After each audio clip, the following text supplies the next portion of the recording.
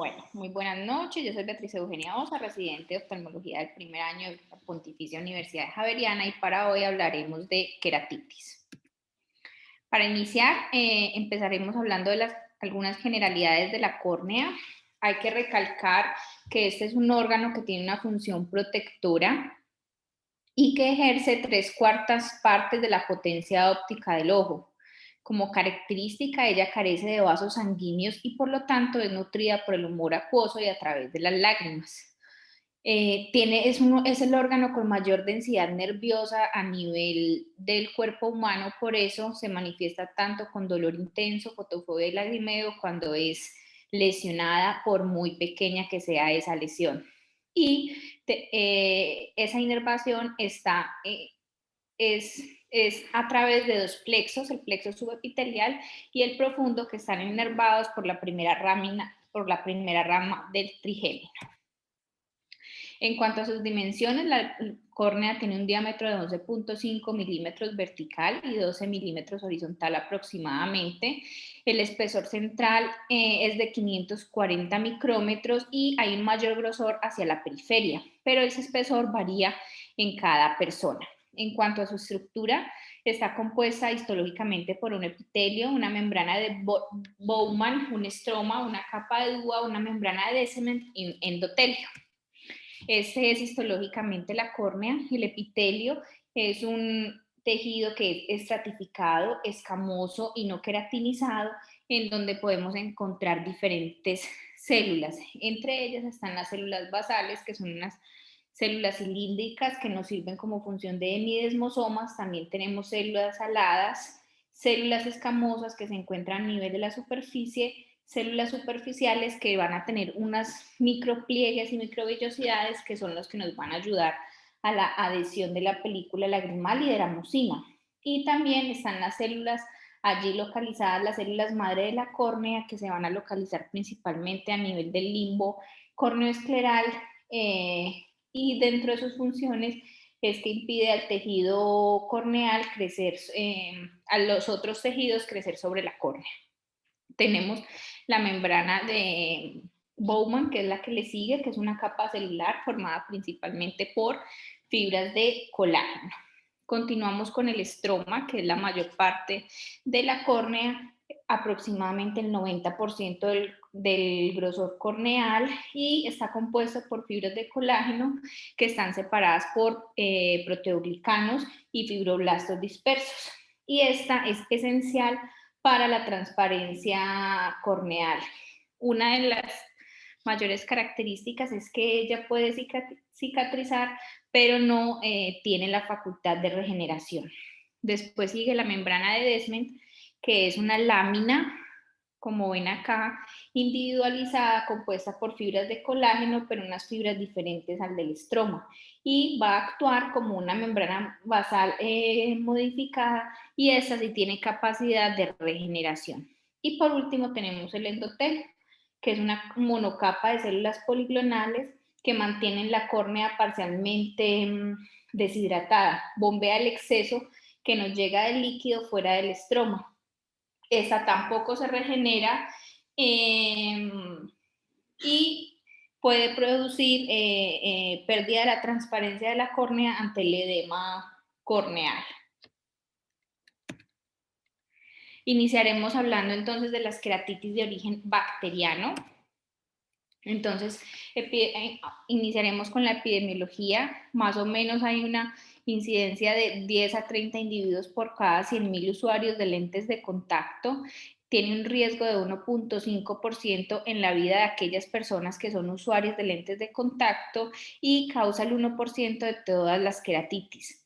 Las cicatrices corneales estromales son la cuarta causa de ceguera del mundo y es la causa principal de ceguera corneal en países en desarrollo. En cuanto a la patogenia de esta queratitis, para que se produzca tiene que haber una alteración de las defensas oculares, generalmente como la penetración del tejido corneal. Sin embargo, existen microorganismos como la Neisseria gonorrea, la Neisseria meningitis, el Conibacterium diphtheria y el Haemophilus influenza, que tienen la capacidad de lesionar o producir queratitis en la córnea sin necesidad de que haya una alteración de la defensa ocular o una penetración del tejido corneal. En muchas ocasiones estas queratitis pueden llegar a ser polimicrobianas e incluso haber coinfección con hongos. Los patógenos más comunes que representan estas queratitis son la Pseudomonas aeruginosa en el 60%, está asociada a lentes de contacto. El Staphylococcus aureus, que como veremos ahorita, se va a caracterizar por un infiltrado focal blanco o blanco amarillento, y los estreptococos, principalmente Piógenes y Pneumoniae. Y muchos de los lentes asociados que vemos a esto, dependiendo de la época, por ejemplo, en la época de Halloween, son este tipo de lentes que las personas tienden a guardar por un año hasta el próximo Halloween, y posterior se incrementan las consultas en los servicios de urgencias por queratitis por el uso de este tipo de lentes. Entonces, dentro de los factores de riesgo para desarrollarlas está el uso prolongado de los lentes de contacto. ¿Por qué? Porque va a generar una alteración del epitelio corneal, el trauma, y aquellas personas que de por sí ya tienen una alteración de la superficie ocular, como los que sufren de queratitis herpética, tienen el antecedente de una queratitis bulosa, los pacientes con ojo seco, con blefaritis crónica, pacientes que ya tienen lesiones en la córnea por el contacto con las pestañas, como en la triquiasis o en la entropia. Y también aquellos pacientes que tienen una inmunosupresión local o sistémica también tienen mayor factores de riesgo para desarrollarla. Entonces, dentro de las bacterias que podemos ver que producen estas patologías están los cocos gram-positivos, los bacilos gram-positivos, los cocobacilos, los bacilos gram-negativos, las micobacterias, pero entraremos a hablar a profundidad de cada uno de ellos. Entonces, tenemos las queratitis por estafilococos, recordemos que son bacterias gram-positivas. Ellos hacen parte de la flora normal de las fosas nasales, la piel y la conjuntiva, y como característica, estas bacterias nos van a generar, como ven en las fotografías, un infiltrado redondo focal que es blanco o blanco amarillento y es muy bien definido. Y el resto de la córnea característicamente se va a ver sana.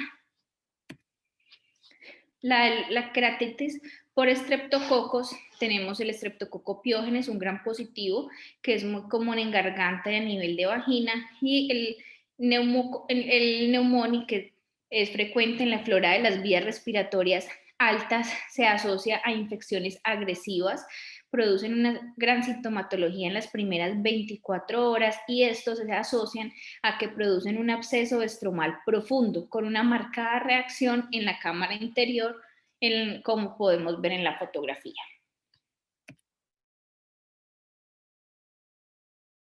Como coco, estas sí se van a manifestar 24 a 48 horas después de la inoculación, pero generalmente es una córnea que ya es una córnea que está enferma, una córnea desgastada, y produce una úlcera que como característica es bien circunscrita y se propaga desde el sitio de la infección hacia el centro corneal, generalmente afectando primero las capas superficiales, avanzando hacia las capas profundas. La córnea que rodea a la úlcera inicialmente a menudo es clara, se puede o no acompañar de la presencia de hipopium, que es la presencia de materia, y generalmente cuando hacemos el raspado del borde corneal vamos a tener diplococos en forma de lanceta. Tenemos también la queratitis por Pseudomonas aeruginosa, que la queratitis por Pseudomonas aeruginosa va a generar un infiltrado gris en el sitio de ruptura de la córnea. Se caracteriza porque produce un dolor severo y se extiende en todas las direcciones. ¿Por qué? Porque la pseudomona tiene la capacidad de enzimas proteolíticas que van destruyendo el tejido corneal. Por lo tanto, puede afectar toda la córnea, y ellas como característica generalmente se acompañan de un hipopium grande. Entonces podemos ver que es una lesión más grande que las anteriores, por ejemplo, comparadas con las iniciales, se acompaña de hipopium y se ve una gran reacción de la cámara anterior. El cuadro clínico generalmente de esta queratitis, ellos se quejan mucho de dolor, fotofobia, inician con secreción mucopurulenta o purulenta clara y en estadios posteriores ya pueden generar una hipoestesia corneal, pero es porque generan una queratopatía neurotrófica y es muy importante en estos pacientes cuando tenemos sospecha, pues en todas las queratitis, pero sobre todo en esto, la vigilancia de la presión intraocular porque tienden a elevarla y requerir que les necesitar ayuda de fármacos para disminuir la presión intraocular. Los principales signos que debemos buscar cuando estemos sospechando este tipo de queratitis es buscar este defecto epitelial con un infiltrado que va a abarcar mayores áreas y la congestión periquerática significativa, como lo vemos en la fotografía de la izquierda. Entonces, recordar los principales signos que vamos a tener en este tipo de queratitis es el edema estromal, vamos a tener pliegues de la membrana de Descemet, podemos encontrar uveitis anterior, el hipopión también puede estar acompañado de sinequias posteriores en estadios más avanzados, podemos ver precipitados queráticos, quermosis, desmatocele e incluso llegar a la perforación. Por eso es tan importante el inicio temprano del tratamiento de esta patología. Además de escleritis y la endoftalmitis puede llegar a ser rara a no ser de que tengamos pues la presencia como tal ya de una perforación. El diagnóstico se hace a través de la sospecha clínica, muy importante dentro de esta sospecha el uso de lentes de contacto y el cultivo es supremamente necesario y ese cultivo lo vamos a tomar a través de un raspado corneal que ya vamos a hablar de él. También tenemos la queratitis sifilítica, que generalmente suele deberse a una infección congénita, sin embargo también puede ser adquirida también puede ser una infección adquirida y esta se caracteriza porque va a provocar una queratitis intersticial. Se puede presentar entre los 5 y los 25 años de edad, generalmente se acompaña de una uveitis anterior y los pacientes llegan consultando por visión borrosa. También puede presentar fotofobia, dolor, enrojecimiento, lagrimeo, disminución de la agudeza visual y en el 80% de los casos puede ser bilateral. Sin embargo, ellos no se van a presentar de modo simultáneo. Entonces se caracteriza, dentro de sus características es la presencia de una placa salmón, como estamos viendo en la imagen de la izquierda. También se pueden presentar los vasos fantasmas o las hemorragias estromales como tal. Dentro de la fase de curación, lo que vamos a encontrar son los vasos fantasma y la cicatrización plumosa del estroma profundo, como podemos ver en la fotografía. Y en ocasiones puede haber adelgazamiento corneal que nos va a llevar a astigmatismo y también a queratopatía en banda. En cuanto a las queratitis fúngicas, es más prevalente en los países tropicales como el nuestro y en vías de desarrollo, puede generar una reacción inflamatoria intensa y generalmente está complicada frecuentemente por la presencia de perforación. Son queratitis de muy mal pronóstico y dentro de los microorganismos más significativos tenemos la cándida, el fusarium y el aspergillus. Es para que se presente esta queratitis, requerimos que se alteren los mecanismos de defensa de la córnea, principalmente esa barrera epitelial, que haya disminución de la película lagrimal y que haya una dificultad para generarse un adecuado parpadeo. La respuesta inflamatoria depende de la reproducción de los hongos y de las micotoxinas, tanto como de las enzimas proteolíticas y antígenos con lo que estos cuenten. Ellos, para poder producir el daño, requieren la penetración del estroma con compromiso de la membrana de Descemet y extensión a la cámara anterior y pueden formar fácilmente endoftalmitis, sobre todo por la formación de biopelículas como los fusarios. Y los esteroides en este tipo de queratitis van a facilitar el desarrollo de infecciones fúngicas. Por eso el cuidado de los de la prescripción de esteroides ante cualquier patología ocular sin la adecuada valoración. Entonces, tenemos la queratitis por los hongos filamentosos, dentro de ellos están el Fusarium y el Aspergillus, que son pluricelulares con proyecciones tubulares, quiere decir que tienen hifas, son muy frecuentes en el trópico y están asociados al trauma de origen vegetal. Se van a caracterizar porque tienen una evolución muy agresiva. Generan un infiltrado estromal, que lo denominamos un infiltrado numular, que es con bordes plumosos y lesiones satélites. Y también un infiltrado anular con lesiones satélites e hipopion, que es como la característica de ellos. Entonces aquí podemos ver que hay infiltrado y hay lesiones satélites dispersas. La queratitis por levadura, como la cándida. Recordemos que la cándida es un ser unicelular ovoide, generalmente se va a presentar en climas templados y húmedos y es muy frecuente en pacientes que están inmunosuprimidos, como los diabéticos o los pacientes que tienen uso prolongado de esteroides. Los pacientes que son inmunocompetentes no es usual que tengan una queratitis por este microorganismo. Ella se va a caracterizar porque produce una úlcera, que es una úlcera oval de bordes bien definidos, que está rodeada por un anillo amplio y denso y genera edema e infiltración corneal. También tenemos la queratitis por microsporidios. Los microsporidios son hongos intracelulares obligados, antes eran considerados los protozoos y también son de afección a individuos inmunocomprometidos. La infección más común de estos microorganismos son las enteritis. Sin embargo, y su manifestación ocular más común son las queratoconjuntivitis. Los pacientes que se presentan con esta patología ocular generalmente tienen el antecedente de haber sido precedidos por una enteritis.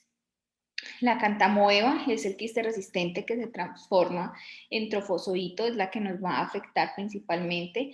Es muy común encontrarla en el suelo y en fuentes de agua dulce y se asocia a los lentes de contacto. Y es una patología que nos va a cursar crónicamente con dolor intenso y el tratamiento es muy extenso para lograr erradicarla.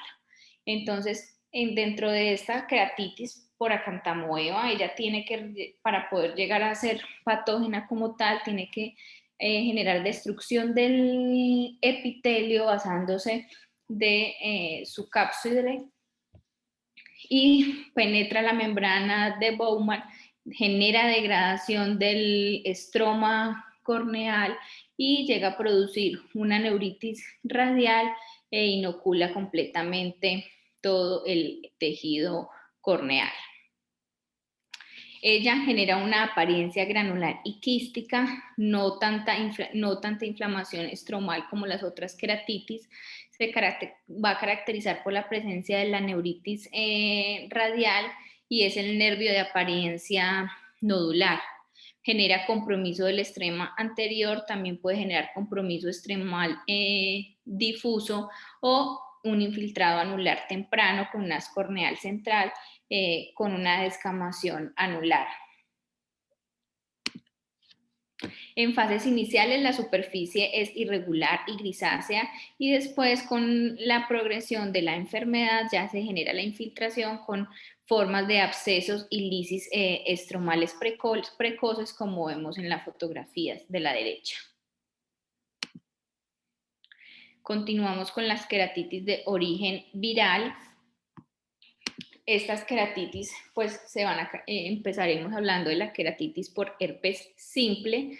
Recordemos que el herpes simple es un virus de doble cadena de ADN que tiene una cápsula cuboidal y a nivel ocular es una causa infecciosa de ceguera corneal frecuente en países desarrollados y se va a asociar a malas condiciones de higiene y a pacientes que viven en condiciones de hacinamiento. Tenemos dos tipos, el virus del herpes simple 1 y el 2, que pueden residir en todos los ganglios nerviosos después de una primoinfección.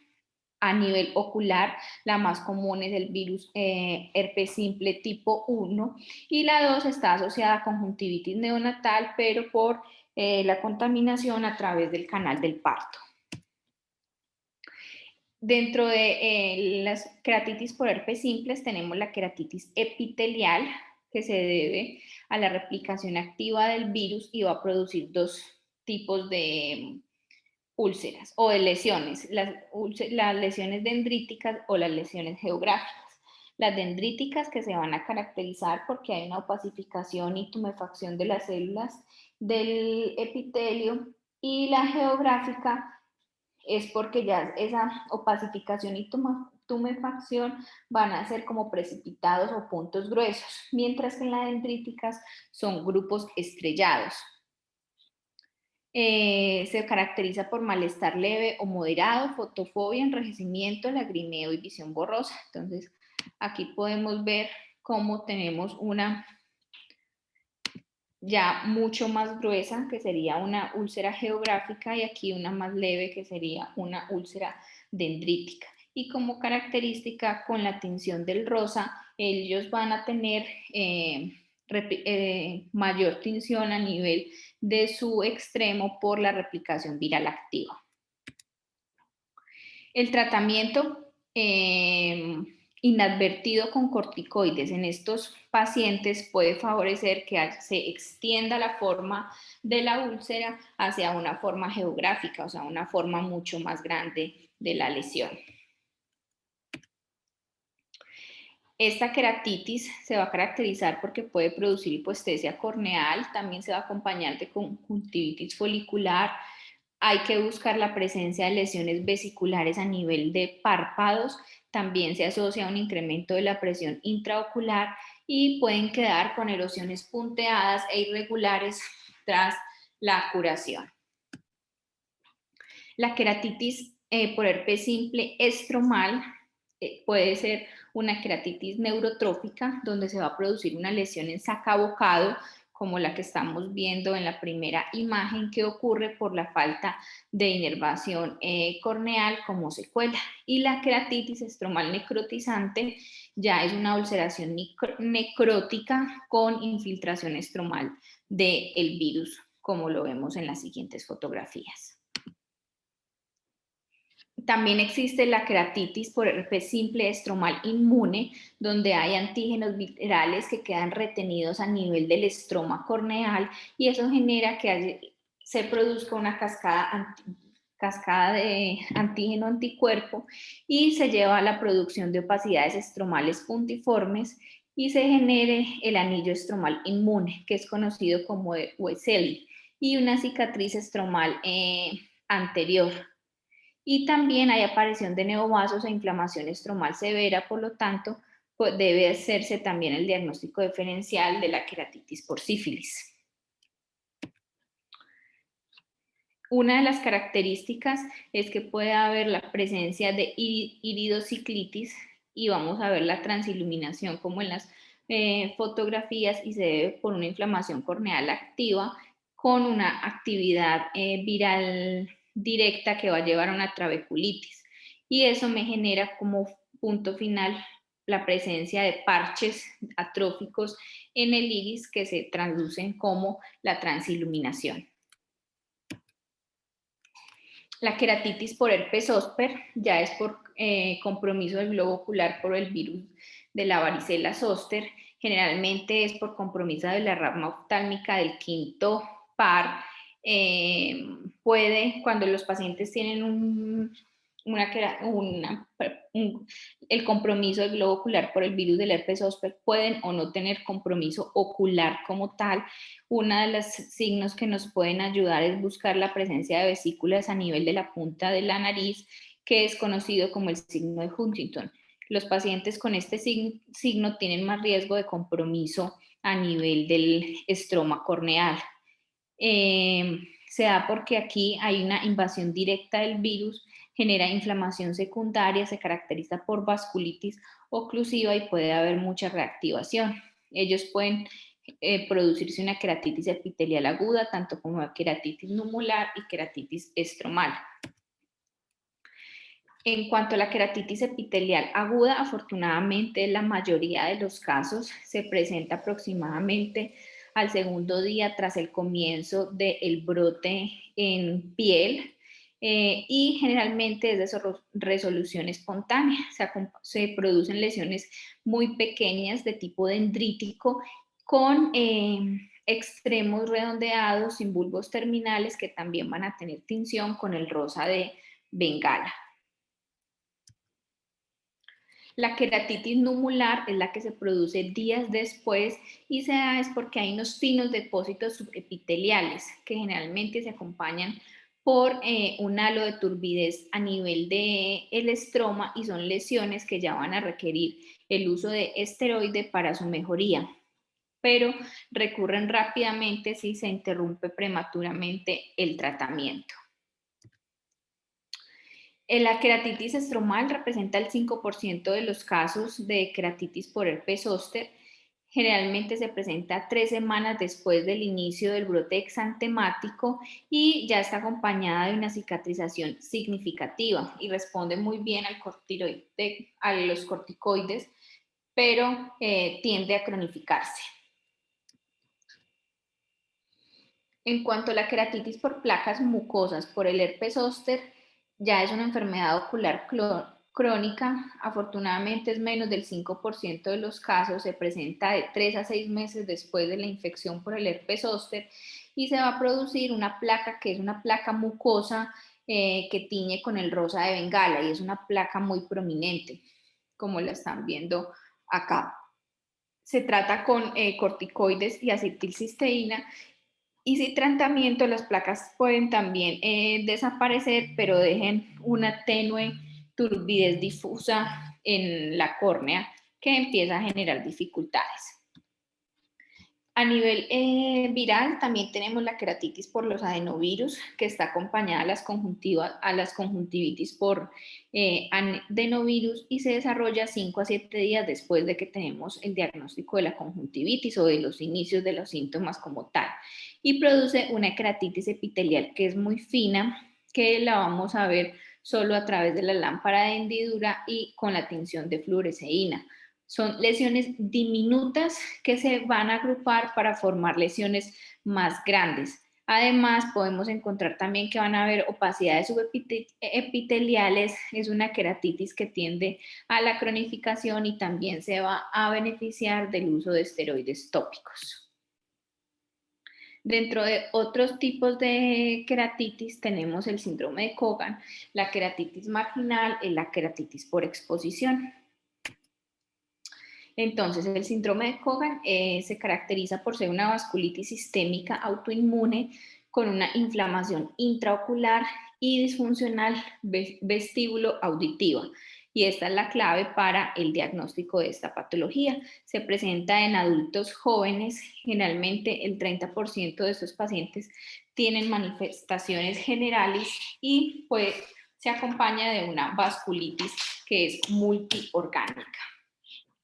Entonces, dentro de los síntomas vestibulares está la presencia de acúfenos, vértigo y sordera. Los síntomas oculares como tal son el enrojecimiento, el dolor, la fotofobia y la visión borrosa. Y los signos oculares que nosotros vamos a encontrar a la valoración de estos pacientes es la opacidad periférica tenue. También podemos encontrar opacidades profundas con neovascularización como característica con progresión centrípeta y no es inusual encontrar uveitis, escleritis y vasculitis retiniana. Es así entonces como se ve la queratitis intersticial en este síndrome. En esos pacientes, cuando la sospechemos, debemos solicitar BCG, PCR, cuadro hemático y anticuerpos contra antígenos en oído interno, además de la resonancia en la cual podemos evidenciar que se encontrarán anomalías a nivel de este oído. Es una patología que debemos tratar en conjunto con reumatología y otología específicamente. A nivel ocular ellos se van a beneficiar del uso de corticoides tópicos si hay presencia de queratitis y los sistémicos se dejarán solamente para los casos que estén acompañados de los síntomas vestíbulo-auditivos o que encontremos la presencia de vasculitis retiniana. y la presencia también de escleritis es una indicación de corticoides sistémicos en estos pacientes. Otro tipo de queratitis es la queratitis marginal, que se debe a la reacción de hipersensibilidad a exotoxinas y proteínas provenientes de la pared celular de los estafilococos. Entonces, estos van a generar depósitos de inmunocomplejos a nivel periférico en la córnea y se van a difundir desde la película lagrimal hasta los vasos sanguíneos, donde generan una infiltración linfocitaria y los cultivos generan lesiones, pueden ser negativos o pueden aislarse el estafilococo aureus en el borde palpebral. Entonces, ¿en quiénes se va a encontrar este tipo de queratitis? En los pacientes con blefaritis crónica, en los pacientes vamos a encontrar una epiteliopatía punteada anterior, punteada inferior. Podemos ver infiltrados marginales subepiteliales a menudo acompañados de hiperemia conjuntival. El defecto epitelial más pequeño que el área de infiltración. También puede haber coalescencia y extensión circunferencial. Puede haber poca o ninguna reacción a nivel de cámara anterior y sin tratamiento las lesiones van a tender a desaparecer entre 1 a 4 semanas. Sin embargo, van a generar cicatrización y adelgazamiento y esto con la cronicidad puede llevar a la formación de un panus leve. Y vamos a ver que hay crecimientos de neovasos en iris si hay lesiones grandes y persistentes. Entonces se va a caracterizar por la presencia de infiltrados marginales, como lo vemos en esta fotografía. El defecto epitelial es más pequeño que el área infiltrada como tal, o también podemos encontrar un infiltrado marginal que es significativo. La cicatrización leve y el inicio ya de la creación de panus en esta fotografía. Y la queratitis por exposición sí se desarrollan con córneas con predisposición por una adecuada, porque no están humedecidas o cubiertas. Es muy frecuente, por ejemplo, en los pacientes de las unidades de cuidados intensivos o posterior a procedimientos quirúrgicos largos. Hay pacientes como los pacientes que tienen ectropion que están más predispuestos a sufrir ese tipo de queratitis, los pacientes con ausencia de párpado o una de las complicaciones de la parálisis de Bell a tener la disfunción para el cierre palpebral. También se debe muy frecuente a pacientes con secado en horas de sueño, que son los pacientes con que utilizan gafas de natación prolongadas durante las noches. Generalmente el desarrollo de úlceras también se deben a traumas menores en estas córneas y como característica generalmente afectan el tercio inferior de la córnea y es una queratitis estéril. Sin embargo, tiene el riesgo de sobreinfección. El tratamiento de esta queratitis va a ser la protección y la adecuada humedad del globo ocular y es definitivo, sobre todo, por ejemplo, en esos pacientes, manejar y descartar que no estén acompañados de exoftalmos y la adecuada protección ocular. También existe la queratitis por fármacos. Esta queratitis es una queratitis epitelial, se asocia, por ejemplo, a antivirales como la trifluoridina, antibióticos de amplio espectro o espectro medio como la neomicina, la gentamicina y la tubramicina, y como característica generan un compromiso de la mitad inferior de la córnea y de la fisura interpalpebral y produce cicatrices de manera permanente, aunque no es una queratitis muy frecuente.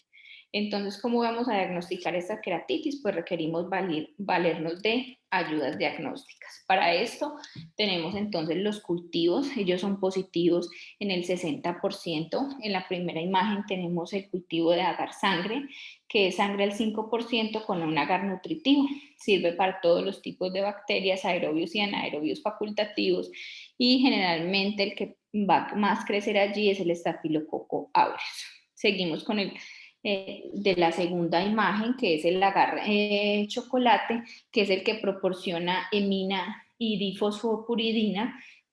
En ellos vamos a obtener el crecimiento, por ejemplo, de Neisseria, de Haemophilus influenza y de neumococo. También tenemos el siguiente, que es el tioglicolato, donde vamos a obtener el crecimiento de anaerobios.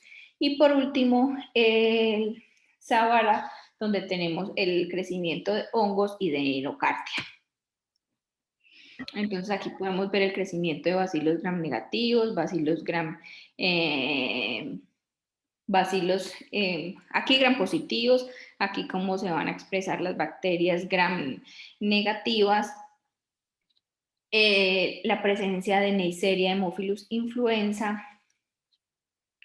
Aquí tenemos estas son clamidia de Acanthamoeba, aquí tenemos el crecimiento de hongos y de Acanthamoebas, y en este vemos el crecimiento de Sim-Nielsen con micobacterias. ¿Cómo vamos a tomar el cultivo? Para eso traje este video ilustrativo. Antes del raspado, debe aplicarse anestésico tópico sobre la córnea. El párpado se fija manualmente o con la ayuda de un blefarostato para evitar la contaminación con las pestañas. Este procedimiento puede hacerse en la lámpara de hendidura o con un microscopio quirúrgico y el paciente en posición supina. Debe de disponerse de laminillas de vidrio para las tinciones, placas con agar chocolate, sangre isobauraud y medio líquido de tiglicolato para los casos de rutina. En este video se utiliza una espátula de Kimura después de esterilizarla a la llama y luego enfriarla al aire o por medio de cultivo líquido. También es posible usar hisopos de alginato de calcio humedecidos con medio de cultivo líquido.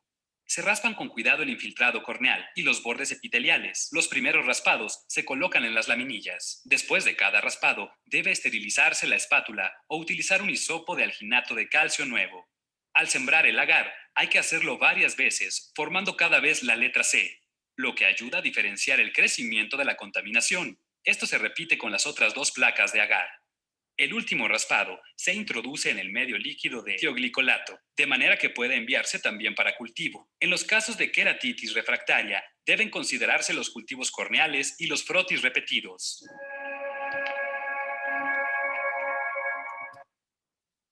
Bueno, y tenemos otra ayuda que es la microscopía confocal. La microscopía confocal es un micro que emplea una técnica óptica de imagen para incrementar el contraste y así reconstruir imágenes como tridimensionales, utilizando como un mecanismo de pinhole para eliminar la luz desenfocada. Sin embargo, no es disponible en todos los laboratorios. Generalmente solo lo encontramos en centros de alta complejidad, pero esta microscopía confocal en los estudios ha demostrado que tiene un 90% de sensibilidad, por ejemplo, a las queratitis por Acanthamoeba y un 80 a 94% de sensibilidad a queratitis fúngica, por lo cual ha sido como muy recomendado para el diagnóstico de este tipo de queratitis, donde el diagnóstico por cultivo en ocasiones es mucho más difícil el crecimiento de estos patógenos. Entonces, dentro de los objetivos del tratamiento está tratar la infección corneal, manejar la inflamación que se asocia a esta, restaurar la integridad de la córnea y de esta manera poder lograr la mejor función visual posible para los pacientes. Entonces, dentro de ello, dentro del momento del tratamiento debemos tener en cuenta que aquellos pacientes que no cumplen con el tratamiento o que tienen una incapacidad como la presencia de un ojo único deben requerir de internación y manejo intrahospitalario. Es de vital importancia indicarle a los pacientes que tienen que suspender el uso de los lentes de contacto. Es probable que requiramos el uso de protectores de plástico transparente para el adelgazamiento de la córnea cuando es muy significativo, cuando hay perforación, y es de vital importancia tener en cuenta que no podemos deducir con fiabilidad el germen al cual le estaremos brindando tratamiento antibiótico, por lo tanto, debemos iniciar siempre un manejo empírico de amplio espectro. Entonces, esta es más o menos una guía de cómo podemos guiar para iniciar el tratamiento. Entonces, dependiendo si es una úlcera que es pequeña y periférica, no, en este artículo decía que no era necesario como tal tomar un cultivo inicialmente, podríamos simplemente iniciar tratamiento antibiótico con fluoroquinolonas de cuarta generación, solo si es pequeña y periférica. Pero aquellas úlceras que sean centrales, múltiples o que haya riesgo de perforación, debemos requerir toma de cultivo desde el inicio y iniciar de manera con tratamiento de amplio espectro y después ir específicamente al germen que los está evaluando. Beatriz, cuando hablamos de pequeño es menor de 2 milímetros. Ok. ¿Sí? Y periferia, pero si es de 2 milímetros, si sea de 1 milímetro y está en eje visual, por el impacto visual sí, una úlcera central. Es central, es considerada grave, entonces idealmente se le debe tomar cultivo. Sí, exacto. Perfecto. Sí. Estos pacientes debemos evaluarlos. En este artículo decía que 48 horas después de iniciado el tratamiento, aunque yo en la práctica clínica he visto que los evaluamos generalmente antes, sobre todo al diario, ¿no? Diario, sobre todo en las úlceras centrales o múltiples. Y ya dependiendo de cómo vamos viendo la evolución, vamos definiendo la disminución gradual del antibiótico o si requerimos parar y tomar nuevos cultivos. Es otra de las posibilidades. Aquí hablaban de una semana posterior al tratamiento, ya podríamos hablar si había una completa resolución, pues podríamos suspender el medicamento. Si estaba estable, pero todavía no había una resolución, entonces debíamos mirar cómo estaban los cultivos, si habían sido negativos o positivos, y dependiendo de eso, pues tomar la decisión de continuar el medicamento o tomar nuevamente un cultivo. Y si no había pues la progresión, evidentemente había que suspender la medicación por 24 horas y toma de nuevos cultivos y modificar el antibiótico basado en esa toma de cultivos. Eso es muy importante lo que estás diciendo, eso es en el mundo ideal, ¿no? En el mundo real no tenemos esa facilidad de tomar cultivo. En la clínica lo tenemos, en el hospital también, pero lo que siempre yo he comentado es la dificultad que tenemos nosotros con la fiabilidad de la toma de la muestra y la interpretación por parte del laboratorio. Nosotros no tenemos laboratorios especializados en oftalmología y como ustedes pudieron ver en un caso que estamos tratando con Natalia y con Natalie, que a pesar de que tomamos una gran cantidad de muestra de cultivo, de material, pues salió negativo, ¿no? Entonces,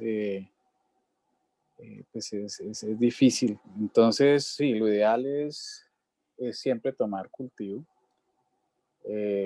Si lo que tú dices, si no ha habido respuesta, pues hay que parar mínimo 24 horas y tomar muestra, pero a veces pues uno prefiere hacerlo antes porque pues por cuestiones administrativas o porque la EPC se demora mucho en aprobarlo, o si se deja para las 48 horas, entonces no lo valen como urgencias. Bueno, todos estos trabajos administrativos que uno se encuentra con las EPS. Entonces, y a veces no lo aprueban, o sea, uno quiere hacer un segundo cultivo y como los cultivos son costosos, entonces, un cultivo en la clínica cuesta casi 2 millones de pesos. ¿Sí? Porque es costosísimo. Entonces es costoso. Entonces, si te llega un paciente particular, muchas veces, pues no tienen, y los tratamientos son costosos, porque las preparaciones magistrales son costosas, promedio de 120, 180 mil pesos, y cada frasquito le dura una semana, porque la aplicación es de cada hora, ¿sí? Entonces, no hay bolsillo que aguante. Entonces, pues ese es el mundo ideal, ¿no? El mundo real a veces uno se enfrenta. No es nuestro caso. No, es complicado. Nosotros en la clínica lo logramos hacer, digamos que bien en el hospital también, porque el hospital les da todo. Por eso muchas veces yo recibo pacientes particulares y personas que hacen un esfuerzo para pagar una consulta y me toca remitirlos al hospital, porque en el hospital se les garantiza la toma de muestra con cultivo allá salen más positivos que aquí, que en la clínica. Se les prepara los medicamentos y no se les cobra, o sea, es algo pues magnífico.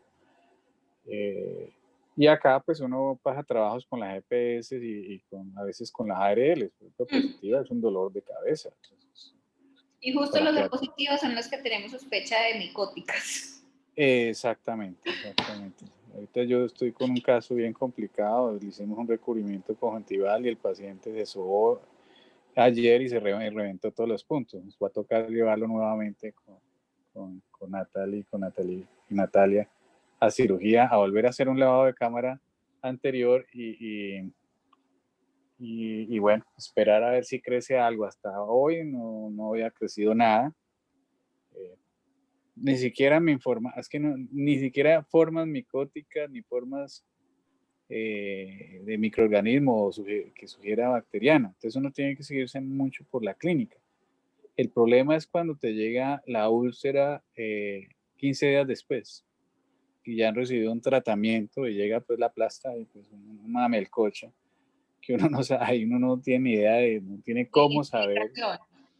Exacto, no, sino por la historia. Esta gente que nosotros recibimos pues tiene una historia trabaja en una avícola, entonces el colega que lo recibió pues lo manejó como una úlcera micótica porque pues muy seguramente era micótico, pues el aspecto y la historia era algo micótico. Pero cuando nosotros lo recibimos hace el martes o el miércoles, pues ya venía con melting total, con casi inminencia de perforación y por eso tocó.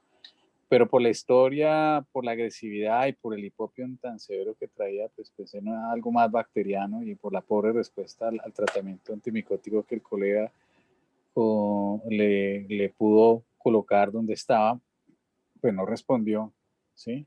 Pero ahí uno queda, a veces no sabe qué hacer, tiene que dar un escopetazo, entrar con toda, ¿no? O sea, incluso nos tocó ponerle hasta intravítreas, ¿no? Porque tenía ya unos cambios ahí en vitrio que podía sugerir no una endostalmitis, pero sí un riesgo alto. La ecografía que se le repitió el viernes está bien comparada a la anterior, pero la córnea sí está totalmente meltinizada. Vamos a ver qué le hacemos mañana. Ya las doctoras van a presentar el caso en uno de los casos clínicos. Listo. Doc, sí. Hoy definitivamente no parecía que tuviera perforación en pacientes. Pues yo creo que mañana de pronto está perforado. ¿Sí? Hoy no lo pudimos meter porque, pues vos sabes que positiva se demora 72, supuestamente 72 horas para probar un procedimiento. Y como era un segundo procedimiento, hacerles entender allá a ellos que es que el paciente se sobó y se reventó los puntos y se reventó con todo el esfuerzo que se hizo para hacer y el paciente no se cuida, entonces que también le provoca uno hasta ahorcarlos. Sí, exactamente, entonces uno no entiende cómo, no, que para gente que tiene vocación de ciegos, ¿no? Entonces, pues uno puede hacerlo de todo. Además que es joven, 32 años, o sea, sí, sí, exactamente, y uno no entiende y llega con muy tranquilo. Él vino ayer por urgencia y me llamó el doctor Lozano que estaba a turno y me dice, no, eso se le reventó todo. Y me decía, no, pues, yo lo veo mañana. Y lo vi hoy, y no, más toca mañana volverlo a llevar y lavar otra vez cámara anterior y ver de dónde sacamos más conjuntiva para hacerle un recubrimiento. Y estoy pensando, estaba pensando este fin de semana en ponerle natamicina, aunque yo pienso que eso es más bacteriano o es mixta, pues hay que ponerle, pues voy a iniciarle natamicina, que es otro problema, ¿no? Natamicina cuesta como 200.000 pesos y le dura una semana. Eso supuestamente se lo debe cubrir su ARL, pero se van a demorar por lo menos una semana en dárselo. Y entonces en una semana ese paciente puede perder el ojo, ¿no? Entonces es complicadísimo en nuestro medio manejar una úlcera por todas estas trabas, ¿no? Entonces, pero bueno, uno debe pensar en lo ideal, lo que debe hacer y bueno, y cuando se enfrenta a estas situaciones, pues sudar petróleo y intentar hacer lo mejor para el paciente. Listo. Sigue. Bueno, entonces, ¿cómo debemos iniciar ese manejo empírico? Pues según lo que recomienda la Academia Americana de Oftalmología, el tratamiento de elección son las fluoroquinolonas de cuarta generación. Dentro de esas tenemos el gatifloxacino y la moxifloxacina.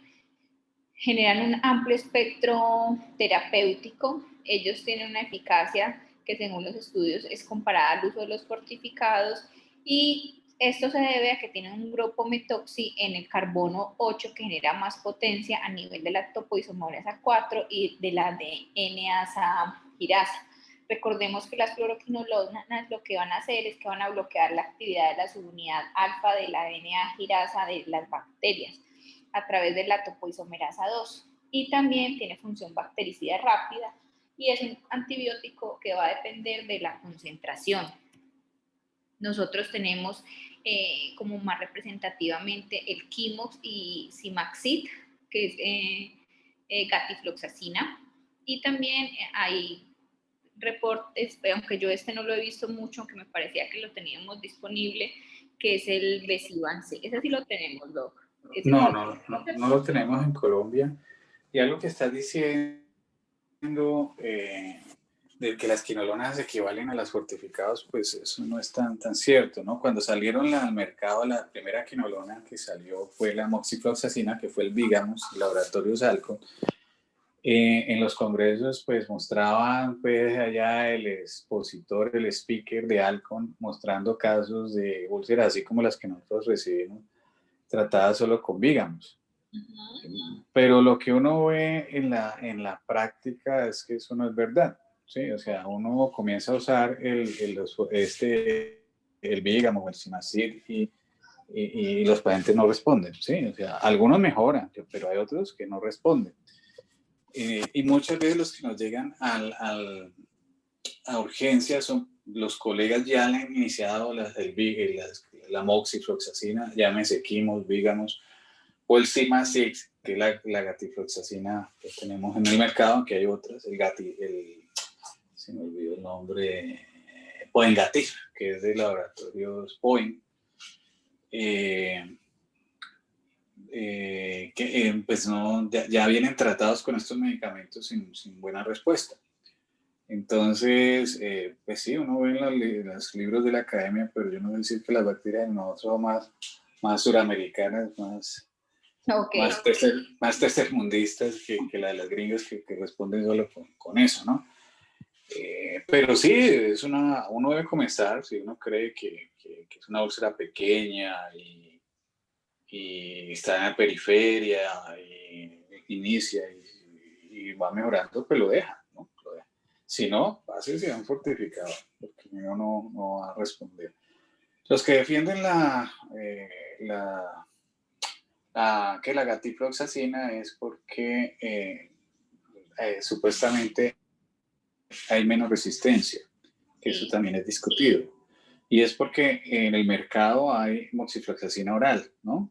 Entonces ellos dicen que ya la gente ha tomado moxifloxacina, entonces las gotas pues puede no funcionar tan bien por resistencia. En cambio no tenemos gatifloxacina oral, ¿no?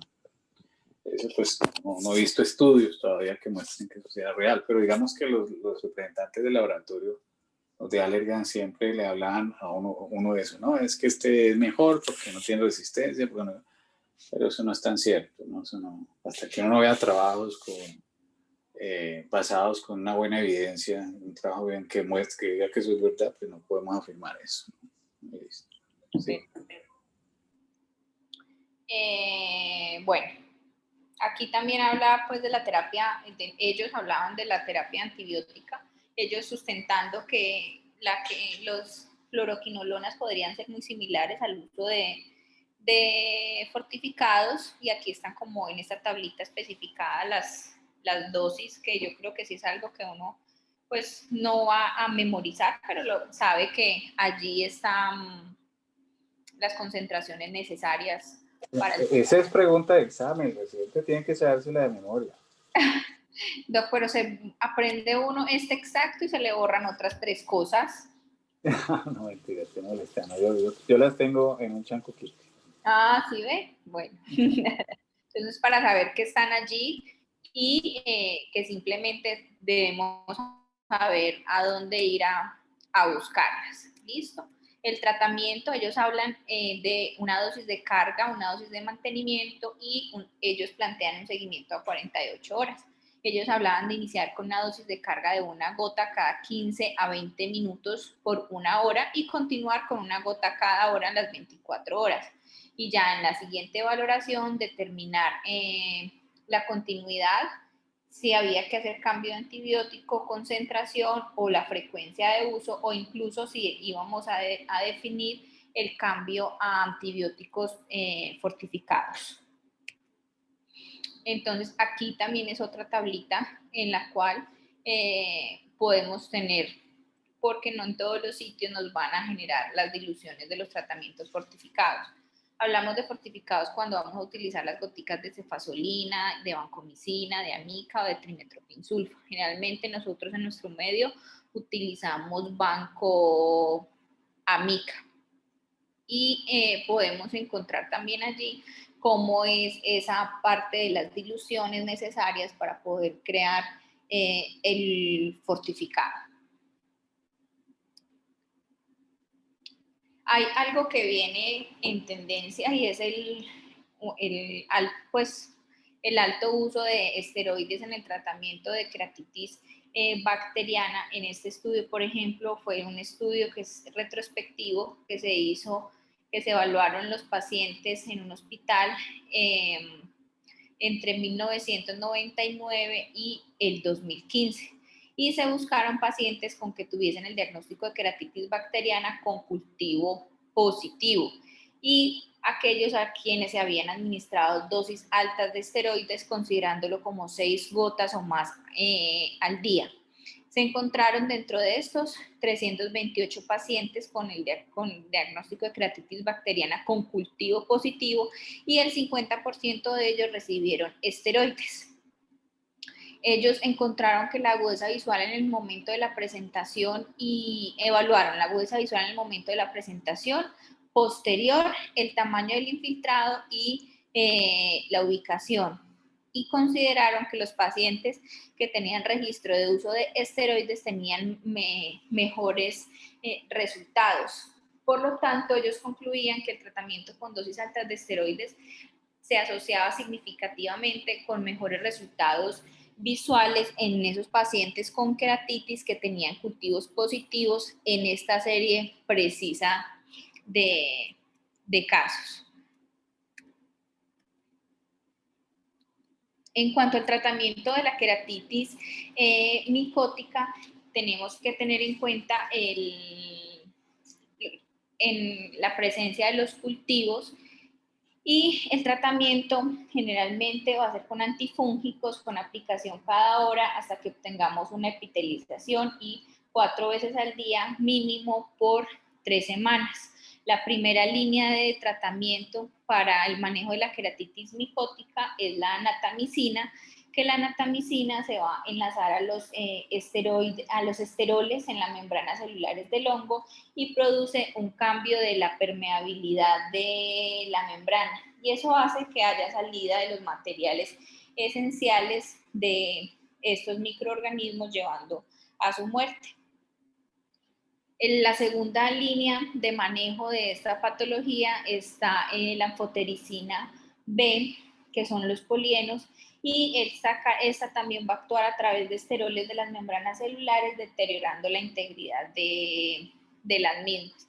Y la tercera línea de manejo es el voriconazol, que nosotros lo encontramos como voriconazol al 1%, y el voriconazol lo que va a hacer es que va a inhibir inhibe la metilación de un grupo que es el lanosterol, mediado por el citocromo P450 a nivel del hongo. Y eso lo que hace es que al inhibir este paso, inhibe el paso necesario para la síntesis de ergosterol fúngico, por lo tanto el microorganismo va a fallecer. Este estudio fue realizado para el manejo de las úlceras de tratamiento micótico y fue un estudio randomizado realizado en el sur de India que incluyeron a 323 pacientes. Dentro de esos se encontraron que la mayoría fueron por Fusarium en el 40% de los casos, seguido por Aspergillus en el 17% y las filamentosas en el 43%. Ellos lo que evaluaron fue la agudeza visual mejor corregida a los 3 meses y encontraron que había una mejoría de 1.8 líneas peor del voriconazol versus la natamicina. Además, analizaron por subgrupos y en el Fusarium la natalicina fueron 4.1 líneas mejor que los medidos de voriconazol y no encontraron diferencias en la agudeza visual mejor corregida entre los dos tratamientos para los casos que no fueran Fusarium. Por eso ellos concluían que si para los que son Fusarium como tal, si era mejor la administración de la natamicina que del voriconazol. La natamicina sí, realmente es mejor, pero mira que en el hospital desde hace mucho tiempo usamos voriconazol por disponibilidad del voriconazol. La natamicina pues no se consigue tan fácilmente, pero el voriconazol es de uso intrahospitalario. En el hospital tenemos la posibilidad desde hace unos 5 años para acá del voriconazol y todas las úlceras micóticas las manejamos con voriconazol con una respuesta buena, ¿no? Lo ideal sería hacer nosotros un trabajo comparando tratamiento de pacientes con natamicina y un grupo control con voriconazol, pero no podemos hacer. Pero los venimos tratando con voriconazol y ha funcionado, ¿sí? Porque antes no teníamos ni voriconazol y nos tocaba con fluconazol, que también se conoce, se consigue intrahospitalariamente, o con anfotericina B también, ¿sí? Pero pues que no tienen una respuesta tan buena como la pueda tener la natamicina, ¿no? Exactamente. El problema de estos antimicóticos es que la penetración es muy, muy mala. Entonces, por eso toca siempre intentar raspar y debilitar la córnea, intentando que pues el medicamento penetre mejor, ¿no? Sí. Entonces, hay un trabajo, ¿no? De los el MUX, ¿no? MUX 1 y MUX 2 que compara.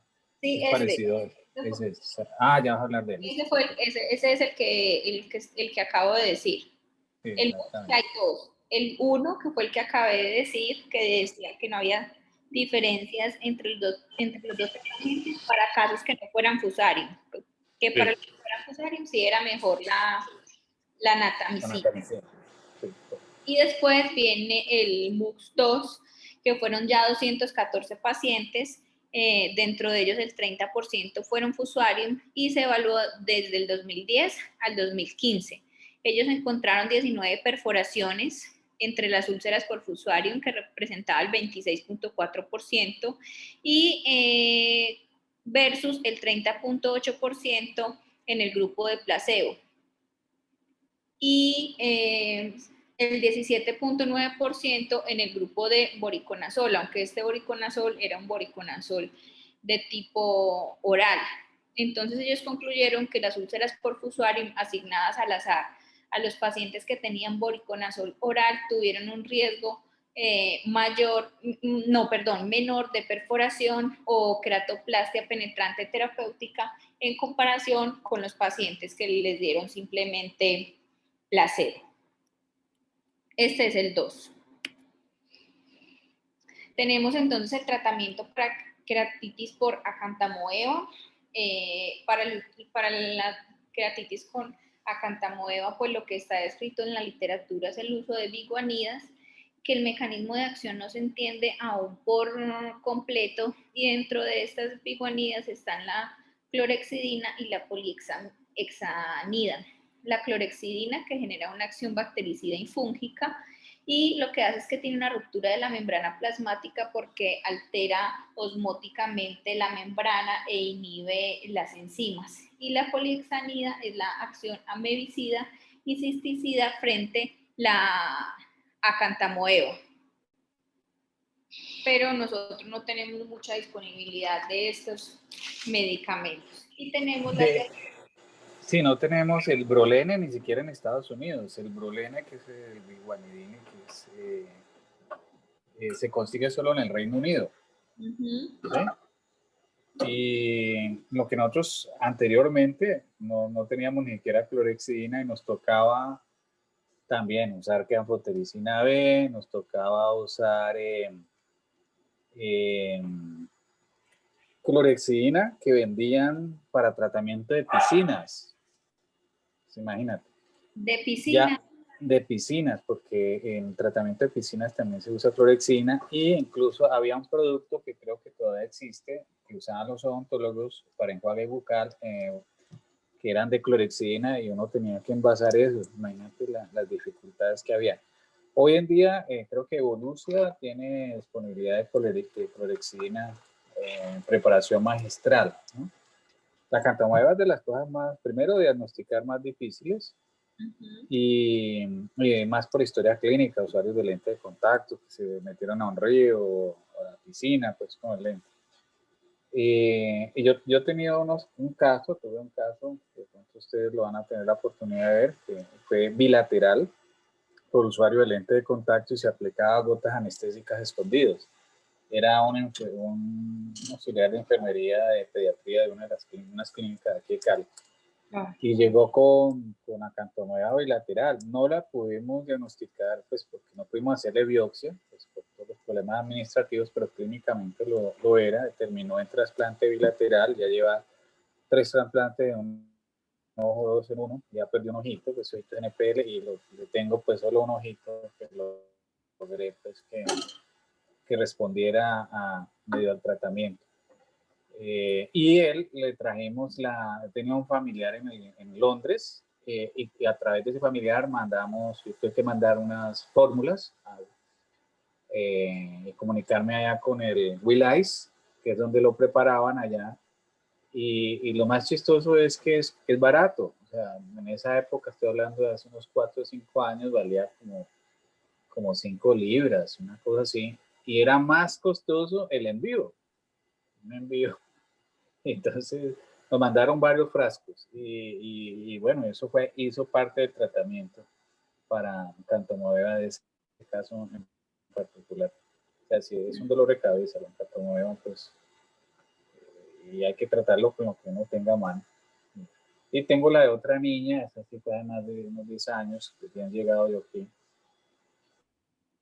que me la enviaron como diagnóstico de herpes bilateral, porque se puede confundir con herpes. Y la paciente pues se le daba el tratamiento, sí, le damos el tratamiento para herpes y mejoraba, le poníamos un poquito de esteroide y mejoraba, se suspendía y volvía, aparecía hasta que comenzó a tomarlo y era usuaria de lente de contacto. Y así dije, no, esto tiene que ser una acantamoeba. En esa época pues yo no tenía mucho contacto con las clínicas, trabajaba en otra clínica de la ciudad y me tocó entrar en contacto con Barraquera ya en esa época, con Francisco Barraquera, que desgraciadamente falleció el año pasado. Pues para mí era uno de los mejores patólogos del país y de Sudamérica. Y entonces esa niña viajó a Bogotá, él le hizo la biopsia y logró identificar que realmente era una acantamoeba, iniciaron el tratamiento, yo se lo continué acá y la niña finalmente terminó en trasplante bilateral, ¿no? Yo le hice los trasplantes y nunca más la volví a ver, no sé qué pasó con esa niña, pero para que ustedes vean lo complicado que es. Se perdió entonces la paciente. ¿Cómo dices? Se perdió la paciente para el seguimiento a largo plazo. Sí, a largo plazo, yo la seguí como 2 años y después nunca más volvió. O sea, no sé si fue el país o fue para otra ciudad. Nunca más supe de ella. Es uno de los casos que nunca olvidaré, pues. Bueno, listo. Tenemos las diamidinas que interfieren con el metabolismo del ARN, sobre todo a nivel de los trofozoitos, y pues el esteroide, que los estudios han demostrado que el uso de esteroides por estas queratitis tienen una gran mejoría en estos pacientes y mejores desenlaces. Seguimos con el tratamiento de las keratitis virales. El esteroide pues tampoco es que pueda usar así con esa facilidad, no, es cuando uno sí puede iniciarlo cuando ya tiene la infección controlada. Ajá, sí. Y en dosis pequeñas, o sea, uno hace dosis de prueba, una fluorometalona, un lolotepecnol suave, ¿sí? Uno sí le puede combinar, pero ya cuando uno sabe que tiene, no en el inicio porque si no la puede empeorar, ¿no? Entonces que no va a quedar pues como la idea de que entonces sí podemos usar corticoides de entrada en una infección bacteriana. Eso es algo que los estudiantes que pues van a poder hacer su año rural o su internado o cuando sean médicos generales, pues si llega una infección, o sea, ojalá pongan cualquier cosa menos esteroide. ¿Listo? Eso sí les debe quedar muy claro. Si están lejos, si no pueden remitir el paciente, pueden iniciar hasta un antibiótico de amplio espectro que tenga la mano, que no sea gentamicina, que es más para gram negativos, pero no gentamicina, y remitan, pero nunca esteroides. ¿Listo? Para que no le pregunten dónde va a quedar como esa idea. ¿Listo? Sí. Bueno, en cuanto al tratamiento de la keratitis viral, debemos tener en cuenta varias cosas, pues si hay afección del párpado y la piel, podemos ayudarle a los pacientes con el aciclovir tópico 5 veces al día. Recordemos que el aciclovir es un análogo sintético de un nucleócido purínico, que lo que hace es que tiene una actividad inhibitoria in vitro frente al virus del herpes simple y al virus de la varicela zoster. Entonces podemos ayudarnos de aciclovir tópico 5 veces al día. Y ganciclovir también es la otra forma que viene al 0.15% en gel oftálmico, tanto para el párpado como para la piel. Lo otro es la administración de aciclovir oral. Esos pacientes se benefician de 400 miligramos 5 veces al día, sobre todo cuando son fases tempranas de la infección. Se ha visto que el inicio del aciclovir puede disminuir las recurrencias de esta patología. También tenemos el valganciclovir, que se lo administraríamos 500 miligramos 3 veces al día, o el fanciclovir, que serían 250 miligramos vía oral 3 veces al día. En esos pacientes ayuda el uso de cicloplégico porque disminuye el dolor y en su acción en cámara anterior y disminuye sobre todo la fotofobia que presentan estos pacientes.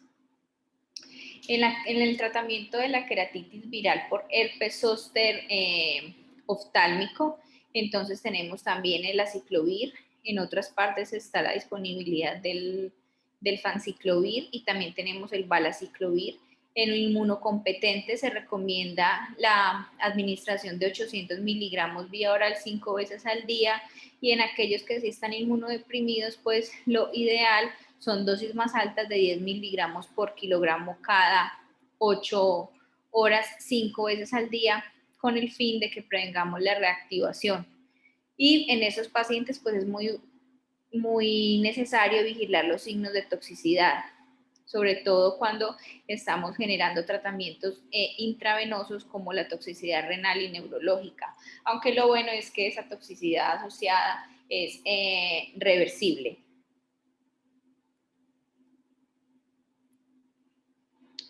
Es de mucho uso en los pacientes con herpes zóster oftálmico la utilización de compresas frías. Disminuye bastante ese dolor neuropático producido por el compromiso de las ramas del trigémino. La lubricación con lágrimas artificiales. Tenemos el ganciclovir al 0.15% ungüento oftálmico, que lo debemos aplicar de 3 a 4 veces al día. Y los esteroides tópicos solo estarían indicados en el caso de que tengamos una keratitis estrumal inmunitaria, y los utilizaríamos de 4 a 8 veces al día. Y ya en el caso de que esta uveitis esté acompañando, que esta keratitis esté acompañando de una uveitis. En caso de que encontremos retinitis, coroiditis, neuritis óptica o parálisis de par craneal asociado a este herpes zóster oftálmico, pues ya aquí es necesario que el tratamiento con aciclovir intravenoso y el uso de esteroide sistémico. ¿Y qué más hay para hacer en los casos complicados? Miren, por favor, este video. En este video se muestra la aplicación de pegamento de cianoacrilato para el tratamiento de pequeñas perforaciones corneales, áreas pequeñas o medianas de fusión corneal o descemetóceles. Después de la aplicación de anestésico tópico y solución antibiótica, se coloca con cuidado el separador palpebral. Rápidamente, se utiliza una esponja de celulosa para secar el área y eliminar moco o detritos. El epitelio circundante debe desbridarse. Se aplica una gota pequeña de pegamento de cianoacrilato sobre el área adelgazada seca, con un aplicador o con la punta de una aguja de calibre pequeño. Se permite que el pegamento polimerice. No debe tocarse el pegamento para confirmar si solidificó, pues de no ser así, se adherirá a todo aquello que lo toque. Una vez que se considere que el pegamento ya polimerizó, se aplica una gota de anestésico o antibiótico para confirmarlo. Por último, se coloca una lente de contacto terapéutica sobre el pegamento, puesto que este es muy abrasivo para la conjuntiva y doloroso para el paciente. Después de retirar el blefaróstato, debe examinarse al paciente con la lámpara de hendidura para asegurarse que el pegamento y la lente de contacto se encuentran en buena posición. Eso en el mundo ideal, pero nosotros no tenemos Sí lo tenemos, sí lo sí. tenemos, Betisita, sí, de hecho lo hacemos. El cianocrilato es el mismo superbonder. De hecho, en el hospital, esto pues que no salga de Sudamérica, cuando tenemos que cerrar, nosotros tenemos superbonder. Y le ponemos una gotita de superbonder al paciente. El paciente no le puede decir porque entonces el paciente no va a pensar que es cianocrilato y no que el doctor me puso superbonder en el ojo, ¿no? Imagínate, ha habido hasta demandas por eso, ¿no? Pero es la misma sustancia, Doc. Es la misma sustancia, es el mismo cianocrilato, pero Sí, eso es muy común. En Chile igual se usa que uno le pone un pegamento que se llama la gotita, que es muy barato, y es cianocrilato. Sí, nos habla, esa es tu experiencia ya, si has visto a tu padre hacerlo, ¿cierto? Sí, y es muy barato. se hace. Sí, y lo conocemos como superbonder. Todo el mundo ha usado alguna vez superbonder, ¿cierto? Eso se pega y así cristaliza. Entonces uno lo que hace, como el superbonder, pues tiene una puntica, pues sale una gotota, entonces uno puede poner la gotica en una agujita, que puede ser de insulina, entonces sale una gotica bien delgadita y la idea es que caiga sobre el huequito. O sea, que se forme ahí. No puede, tiene que ser una perforación máximo de 2 milímetros. No puede ser más porque pues, no lo suficiente. Aunque en perforaciones más grandes, pues ya nos hemos ideado cosas, ¿no? Ya hemos puesto, antes poníamos hasta plastiquito, un plástico, que lo perforábamos. Eso es lo que dejan las rueditas que dejan cuando uno hace perfora una hoja. Y eso lo mandábamos a esterilizar, eso cuando se hace la residencia. Y cuando llegaban esos huequitos muy grandecitos, entonces uno ponía el cianocrilato, encima ponía un plastiquito de devolvía y luego el lente. Entonces eso tapaba, logramos tapar huequitos más grandes y formar cámara. Pero sí se usa, lo tenemos en nuestro medio y pues en los casos pues que si uno no llega a tener un cianocrilato pues ya de una casa farmacéutica pues especializada en oftalmología que lo distribuya, pues en la clínica sí lo toca usar porque pues tienen que, porque estas cuestiones de INVIMA y todas las cosas tienen que usarse el que es, ¿no? Pero en el hospital sí usamos el superbonder, ¿ya? Y salvamos mucho. Como las esponjitas de fibrina para el cierre conjuntival que no tenemos. Exacto, esa es la fibrina que no lo usamos por costos, por ¿no? costo, O sea, realmente, sí, que es muy costoso. por costo. Entonces, sí, entonces pues nos toca con nylon 10 ceros, pero funciona muy bien también, ¿no? O sea, tampoco es, pero sí facilita mucho, ¿no? Uno ve los videos pues, de los gringos y todo lo pegan con fibrina porque tu tintín llegan a pasar rapidito, ponen la membrana amniótica y listo, chévere, mucho más rápido, ¿no? Qué bonito. Pero nosotros nos toca dar punticos. Pero es costosísimo, ¿sí?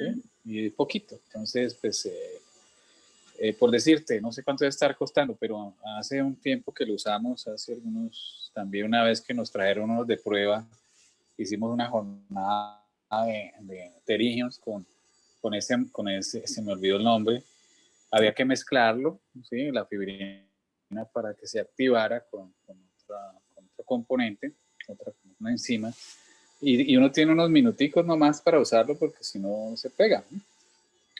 Y por decir, en esa época eso valía como 600, 700 mil pesos, estoy hablando de hace unos 8 años. Entonces, hoy en día eso puede valer unos millones de pesos.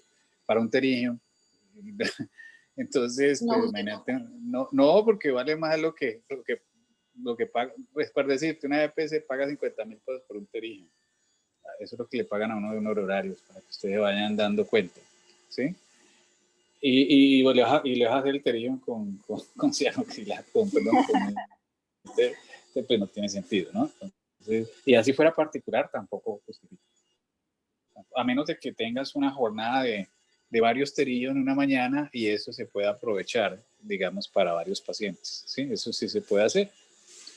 Sí, entonces una mañana 10 terillos, bueno, sí, vale la pena porque va a alcanzar y va a compensar, pero para un terillo no. Ok. Listo. Bueno, también tenemos el recubrimiento corneal, que es un procedimiento simple y eficaz para aquellos que están entrenados en realizarlo. Generalmente son candidatos a aquellos pacientes que no responden al tratamiento médico o que tienen perforaciones corneales menores o iguales a 3 milímetros. Nos ayuda mucho porque disminuye el dolor y la inflamación en estos pacientes y se puede generar la reversión de la cirugía, evidentemente con fines visuales, en un segundo tiempo quirúrgico. Y también tenemos la queratoplastia penetrante. Esta sí es realizada cuando hay una progresión cuando la progresión de infiltrados no está controlada, cuando hay extensión limbar o cuando estamos hablando ya de una perforación mayor. Muchísimas gracias.